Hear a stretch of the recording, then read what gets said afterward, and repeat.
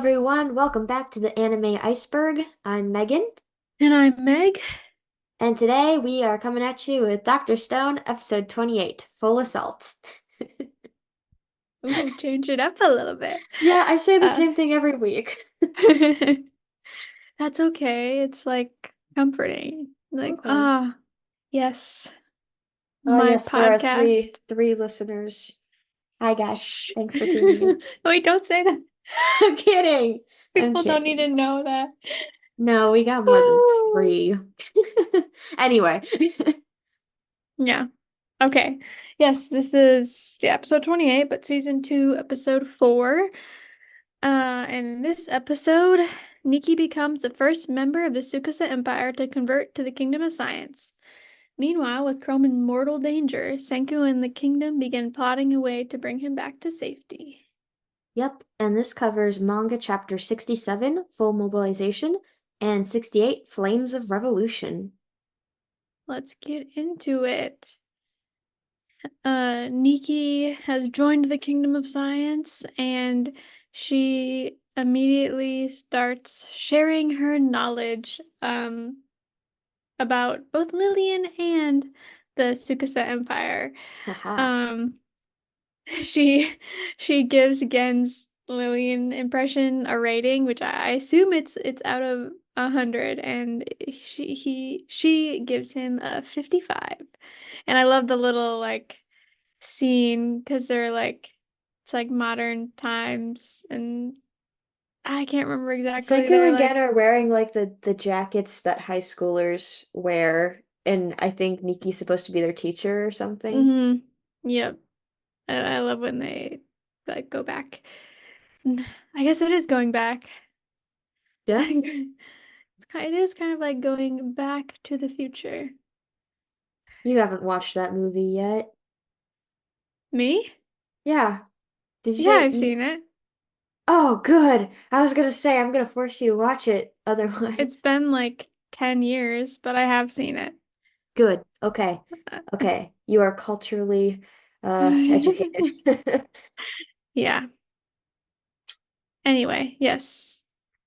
Well, as they've kind of been hinting at already, Nikki kind of confirms like Ukyo is the dangerous one. He's the one that they need to be concerned about because he's got super hearing and he's got his bow and arrow. And he's not going to be fooled easily by Gen and Senku's plan. So they gotta keep an eye out for him. And then their solution is like, oh, okay, then we'll just like show, like, do our plan to a bunch of people at once.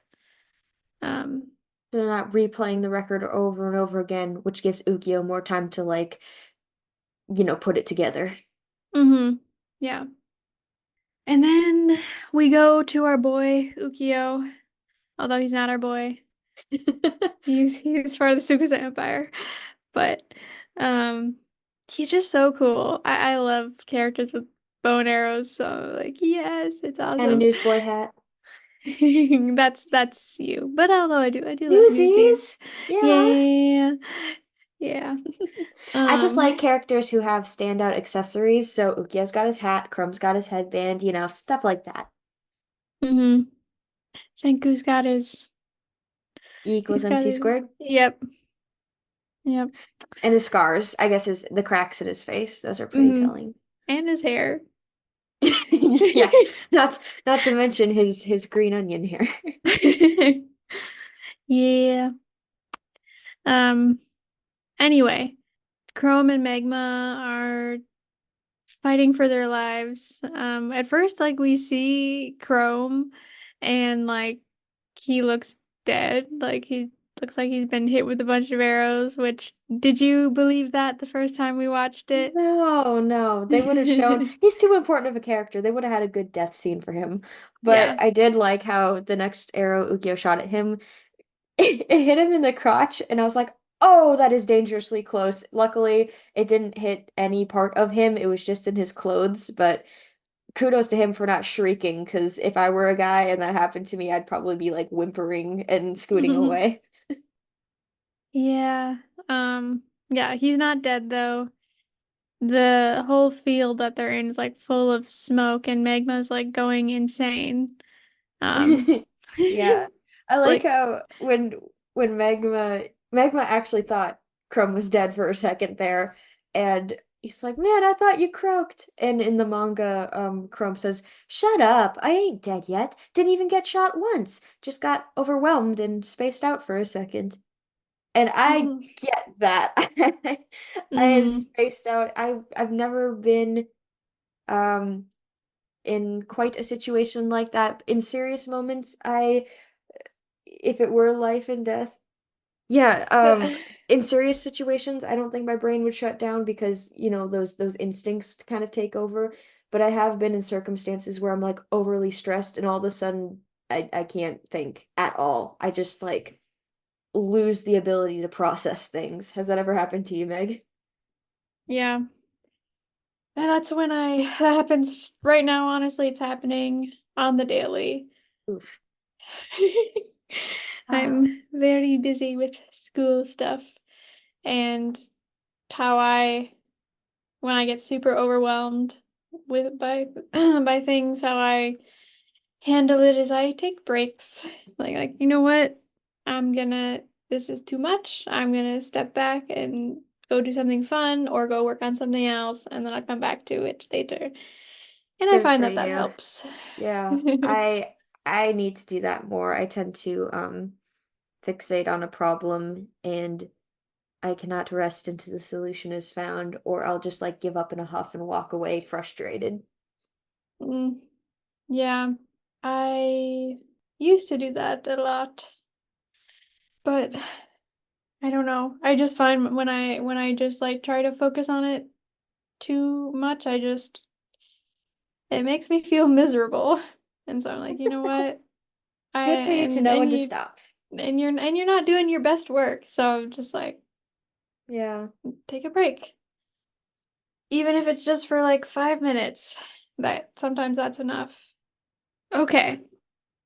Yes. So Magma, he can't find Ukio because there's all smoky, but because he's being so loud and stuff, like Ukio knows like exactly where they are.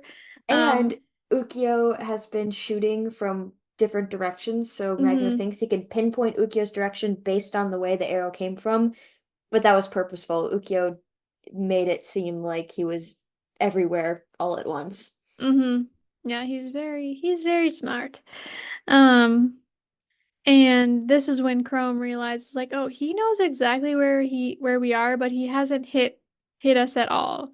Which means that he doesn't want to kill us. And so Chrome um raises a white flag and surrenders. Yeah. We're laughing because I wrote in the notes he gave himself an atomic wedgie when he did that. He Because did. okay, He, so in the anime, it was a weird shot. In the anime, you just see him reach down by his belt and like pull up on his, you know, underwear and rip off the white fabric. But in the manga, it's way funnier because, well, they're wearing leather clothes, so the effort it takes to rip even thin leather underwear from your body is considerable. So in the panel, his eyes are like bugging out of his head because it takes so much it takes so much strength to rip it. that is hilarious. Oh man. So they They skipped out mixed, on that. yeah, what? That's surprising. I feel like they take every opportunity they can to like make goofy faces, but that's awesome. Um, so yeah, Chrome surrenders and Magma gets to go free. And it's very interesting because like Ukio has him tied up, but he's like very friendly. He's like, "Hey, buddy," and Yeah. like, No, well, I like that scene because he's tied up and then Uki's like, "Oh, what am I doing? You raised a white flag. You're not gonna run." And he unties him. He's like, "You were pretty smart for figuring out my trick. I mean, I would have killed your brawny muscle brain buddy over there if like we couldn't find a workaround." And he's complimenting Chrome. And Chrome is like kind of flattered at first, but then he's like, "Oh, no, no, no, no, no. I can't get friendly with him. I'm going to slip. I'm gonna talk. Something's gonna be revealed, I can't trust him. And so like Mm-hmm. the niceties are kind of a front, if you will, but Mm-hmm. it's it's even better in the manga because even the artist is drawing Ukiyo with like these little blushies on his cheeks to make him seem like sweet and innocent and adorable. That's funny. The guy who was like precisely shooting arrows at them. Super sweet and innocent. Oh yeah, totally. Yeah. So Magma, he makes it back to the Kingdom of Science, and everybody's like, "Where's Chrome?" And he's like, "Well, Chrome is captured." And Kohaku, I love this so much because Kohaku like immediately starts like racing to his rescue. And everybody's like, "No, Kohaku, stop! You don't be reckless." And Senku just like slowly like climbs the ladder and like gets his like little megaphone out and he's like, "Come back here, you lioness." And that stops her in her tracks.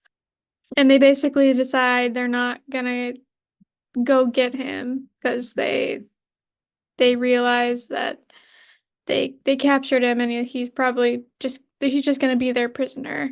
But it's time to mobilize their army and they're gonna move closer. They're gonna start their assault. And to do that, they need to make a car to move all their gear. This is And great so, because Gen is just like he's starting to expect these harebrained schemes from Senku, but he's still like, no, no, you can't be serious. We're not gonna make a car. mhm. I think we need him to.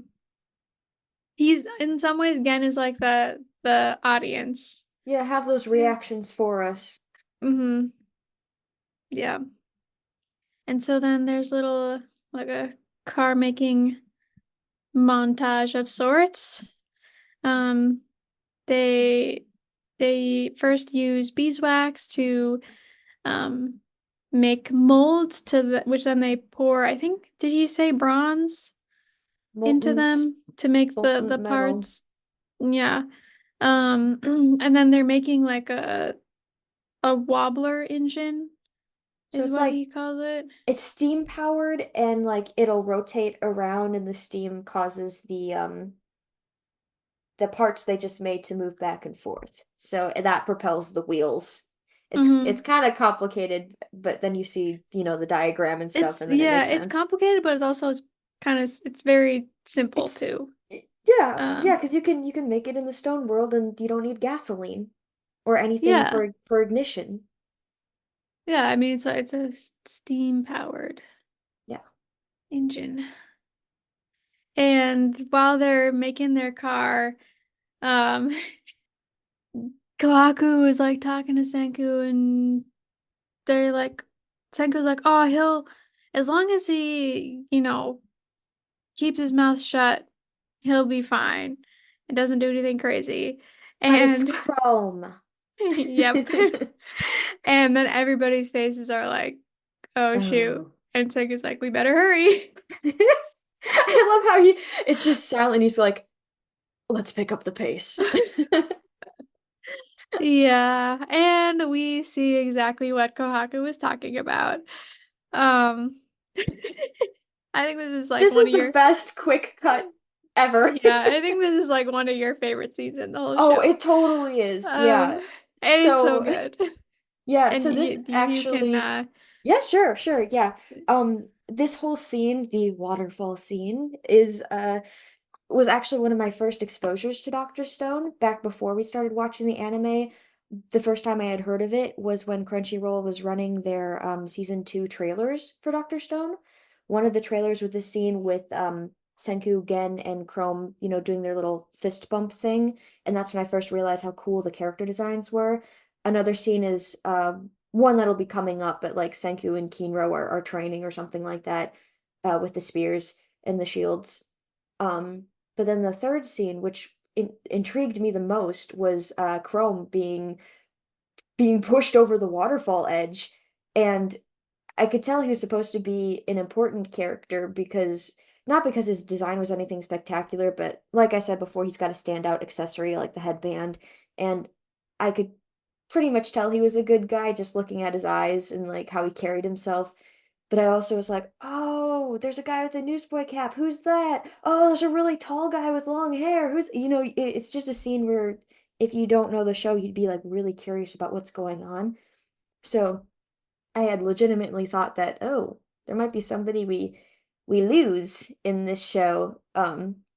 But anyway, so the waterfall scene, Chrome gets to meet Tsukasa for the first time, and he's like, "Oh yeah, I know exactly who you are. You're Tsukasa, the science hater," and he thinks that he can sway Tsukasa into the kingdom of science. He's like, "I'm gonna show you Oh, how awesome buddy. science really is," and like the first thing he mentions is his old Rainbow Flames test. Okay, here Silence. here's the thing, is that like one, Senku couldn't convince Tsukasa, and two, Senku was not impressed by the rainbow flames. What makes you No, think Tsukasa is going to be? nope. And But so Ukyo, Hyoga, and Tsukasa's faces are just like blank, like wide-eyed fish stares. And then it just cuts to the waterfall with Chrome dangling over it with like his arms crossed. And, and he's just like silently freaking out, like, oh, I messed up bad. But I don't know, it was smart of them to have that moment of levity, in what could have been a very serious, which is a serious situation where one of our guys is in mortal peril. Um, hmm but yeah. Tsukasa tries to bargain with Chrome. He's like, "Hey, we're not completely against science here. Like, you could stay with us, and we have fire and tools. You can have all the tricks and magic flames and whatever that you want. Just, give Senku to us, and I'll spare your village." Which honestly, that is a very tempting offer because like Chrome's friends and family are over there. Um, and Chrome at first goes, "Oh yeah, sounds better than dying." But that's what you want me to say, isn't it? Just drop me. Like he's not gonna give up his buddy. He's not gonna betray anybody. And Hyoga just lets him go. hmm Yep. But then Tsukasa, I think he kind of like gives a signal, Hmm. and Ukyo stops his fall by like shooting an arrow at Yeah, his little what a hood, shot. He right? pinned his hood to a tree. And also kudos to Chrome for not screaming as he was falling, because I think I would have been making hmm some kind of noise. Oh well, you heard his inner thoughts. Um Yeah. yes, he was thinking some things. Um and and then Tsukasa being Tsukasa literally like one hand's a tree and like lifts it up and It creates was a a dead bridge tree, but for still. still that I mean, That man could yeah. crush my skull between his thumb and pointer finger. Yeah. Ah. And he's like 18. It's crazy. Um and he creates a bridge for Chrome to walk across, and he's basically like, well, he's not gonna betray Senku, obviously. So we'll just keep him as a prisoner. But then they're wondering like what was he up to? And this is when Chrome was freaking out. It's like, oh crap, Ukyo knows what we were doing. But Ukyo lies about what Chrome was up to. He said he was at the cave checking it out. Um, and this is when Chrome's like, what is he doing? I don't trust him. And I just had this little side note that I don't know, I really like Ukyo because um like he's just a guy who's, Tsukasa decides to revive for his skills, which I don't think we've said yet, but he was a sonar operator. That's why he Mhm. has like super good hearing. And instead of being like, I don't know, I feel like most people are are like this, or they're just like, okay, yes, I'm on your team, I'm on your side. But Ukyo takes a different approach. He's like, no, I don't know who to trust yet. There's obviously like two opposing sides here, and I need to gather information about both sides. Like he's not just like, Yeah. oh, Tsukusa's bad, I'm gonna join the Kingdom of Science. Like, no, he gathers information and he's gonna make a like a an Rational informed choice. decision about who to trust. Um, Two thoughts on that. The first one is Chrome kind of had the right idea of being like, "Ooh, I don't know if I can trust this guy," because he was thinking Ezekiel trying to start like a revolution within the Tsukasa mm-hmm. Empire. It could be for Yeah, his own benefit, it could be for some other reason. I think Chrome was thinking more along the lines of a power struggle. You know, like there's Hyoga, there's Tsukasa, there's Ukyo. Maybe Ukyo wants to be yeah. on top, which is kind of funny to imagine because like Hyoga and Tsukasa are these big imposing guys and Ukyo's just Mm-hmm. like the same height as Chrome. He's just a bean.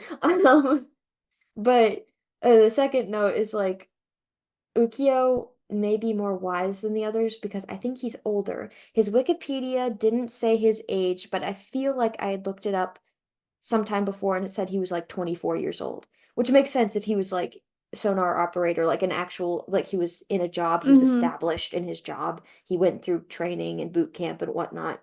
So, I mean, like the life experiences, the difference in life experiences between somebody in their late teens and their mid 20s is immense. Like, granted, Tsukasa is a very mature 18-year-old who has been through a lot of stuff, but all the same, somebody like Ukyo, if Tsukasa is still reviving like the young, which I believe would be like probably anyone under 30, I guess would qualify. Um, Mm-hmm. there's gonna be people who are older than him who just have more knowledge about certain things. How would you feel about being revived in the Tsukasa Empire and just be like, okay, we're reviving the young. Would you do you think you would be more like Ukyo or I feel kind of like I feel like I'd have to suss it out. I'd probably be very skittish and nervous because new situation, very intimidating looking people.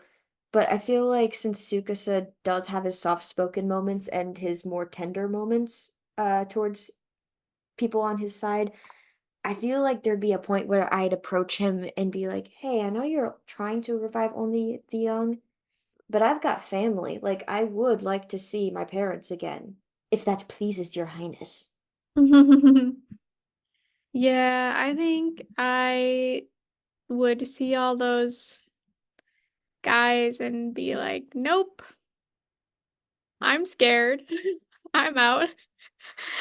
Honestly, I Bye, think it young and would innocent, my freak me out. butt. Yeah, right? Like seeing some of those guys, like crazy. I'm not sure what Um, those guys' views are towards women. I don't want to find right, out. exactly, exactly. Nah. That doesn't mean necessarily would be like, yes, Kingdom of Science. Although I like science, so Yeah. I I feel think like I'd the be allure the allure for the Kingdom of Science would be like, oh, look at this sweet village full of families and people. It's very mm-hmm, welcoming. It'd be like camping out every day with a bunch of nice people, minus mm-hmm. Magma and Mantle, but whatever. Yeah. Oopsie, I accidentally kicked a Mantle over the cliff. Oh What a no. tragedy. Horrible. Kohaku would just fist bump me and walk away. God, I feel like we don't get enough of like their opinions of him. I Like don't I want feel to like they just I mean, I feel like they just at least for like the people tolerate of the him. village, they have like been around him enough where they're just like ignore him, like he doesn't I exist. wonder what he contributes to the village. Like, is he a good hunter, maybe? Does he, or a good gatherer? Does he do anything for them? Or is he just eating food, taking up space? Though granted, not that much space. He's kind of tiny. Yeah. Maybe Oh, he's I good at don't building know. fires. Maybe he has a skill that they value. That would be cool to see what each person in the village does because we know that they specialize. I think that his purpose, um, Magma's like super full of himself and people get annoyed like trying to boost his ego, so that's Mantle's purpose is to boost Gotcha. Magma's To ego be and make his him feel yes good. man. Yep, exactly. So that other people don't have to be. Okay. Okay. Duty fulfilled. Your sacrifice is Uh, greatly appreciated, man. ugh, yeah. Anyway, how many episodes are we gonna talk about how much we dislike him? We got a comment from somebody saying that they agreed with us and they liked thinking about his downfall. Yes. Okay. Well, the last part of the episode is just that the Senku 1 is complete. First vehicle Um of the Stone Age. and Gen is like, "We've entered the Industrial Revolution." Yes, I love that cutscene where they all have Yeah, the where period they're outfits. on the train. Yeah, Yeah, I love that when was a they fun do one. that. They do that multiple times for this show, so it's Hmm. pretty cool. All right, so that's the end of the episodes. We get into some manga extras here. So we've got a fighter file for Ukyo. He's got 2 stars for power, 3 stars for speed, 5 stars for technique, and 5 stars for range. His full name is Ukyo Sayonji, and his height is 173 centimeters. I believe that was 5'6" when we looked it up last Wait, night. Yes, please fact check me. what you have to say it again? 173 centimeters. Five. He's close to 5'7", Okay, but cool. 5'6". Anyway, I think this is a typo, but it says valued for his superior eyesight. He does have good eyes. You have to have good eyes to be an archer, but I think they meant hearing because that's, his whole thing. Mm-hmm. Valued for his superior eyesight and archery skills, he serves as the Tsukasa Empire's primary lookout. Nobody has ever seen him lose his temper.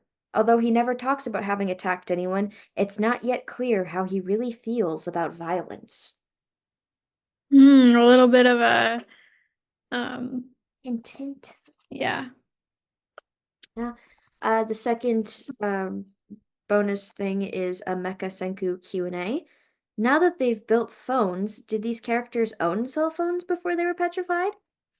Taiju says, I didn't used to, but Senku gave me a smartphone one day. I went crazy over how useful those things can be. Yuzuriha says, I used mine for group chats with friends. Nikki says, mostly use mine as a music player, which is how I use mine mostly too. Hmm. Um, Gen says, I made good use of tablet and smartphone screens for high-tech magic tricks. And then Senku, and the font changes for Senku. It's so funny. Senku says, I had so many cell phones you wouldn't believe it. I do believe it actually. Yeah, he probably took some apart and like rebuilt them or something. Mm-hmm. Yeah. Yeah. Yep. Moving right along, we got a voice actor to introduce. Ukyo Sayonji is played by Mark Allen Jr., who is Wataru Kyon from Blue Lock. Am I saying that? Watari, Wataru I Kuan? think. Kuan? I don't watch Kuan, it. it's yeah. Kuan. Okay, from Blue Lock. Taiki Mizuchi from Horimiya and Nicholas from Hunter x Hunter. Ukyo's first name means floating world or has peaceful and tranquil things associated with it. And his last name, I couldn't really find a meaning for it, but apparently Sayonji is a prestigious family name in Japanese culture. Like, I think it might be affiliated with royalty, even. I'd have to look it up. Um, Pretty cool. Hmm. Yeah, we don't have hardly any extra things compared to last time. The extra like hour that we talked. Oh, I was gonna say what the comment was that we got. I mentioned it Oh, before. okay. It was about Mantle, but somebody commented on the episode Wave of Science, and they said, "Yes, I support the Mantle slander." Yes, good. Well, you There get are more of it not, this episode. yeah, there are not many characters in fiction that I can say that I hate with a burning passion, but Mantle, well, unless he does something cool, he's in that category, along with Mr. Collins from Pride and Prejudice and Mineta from My Hero Academia. Hmm. all those guys around my actually, to be honest, I don't hate Mr. Collins. Yes, he annoys me, but I like feel like I don't know, I don't hate him. Like I'm just when like, bro, stop being an idiot. But when he was first uh, introduced, I thought there was hope for him, and that steadily decreased as time went on. So I think that turned into like this, oh, I cannot stand this guy. Get him out of here. mm-hmm. Yeah. Nah, I think being like a an outside observer, like I'm just like entertained by him. But if he was a real person, I think I would. Oh no, I don't know anybody quite like that, but yeah. So one exciting thing, this week we are going to have a bonus episode, because we went to a Comic-Con, and we, I guess I'll say this, but we met Aaron Dismuke, Oh and my we were so God, excited. It was super yeah. awesome. And so we kind of asked him a lot of questions about the show and other stuff. So we will have that bonus episode coming out this Friday. And so tune into that to hear more about our experience. Yeah. Yeah. All right. So, uh, outro. What was your favorite line of the episode? Our favorite lines actually go hand in hand. It's from Chrome's Funny Cut, so I'm gonna start the line and then we'll have that awkward pause, and then Meg's gonna finish the line. So here we go. I know that you're a science-hating jerk. Sounds like you need to be taught a lesson to me, and I can teach you how cool science is. I hope you're ready, because first we've got rainbow flames. Crap, I messed up. Like, bad. I should have pitched ramen or cotton candy first. Oh, it's so good. Yeah, I would watch that on repeat like 10 times. Like, it's so hilarious. Yeah. Uh, yeah.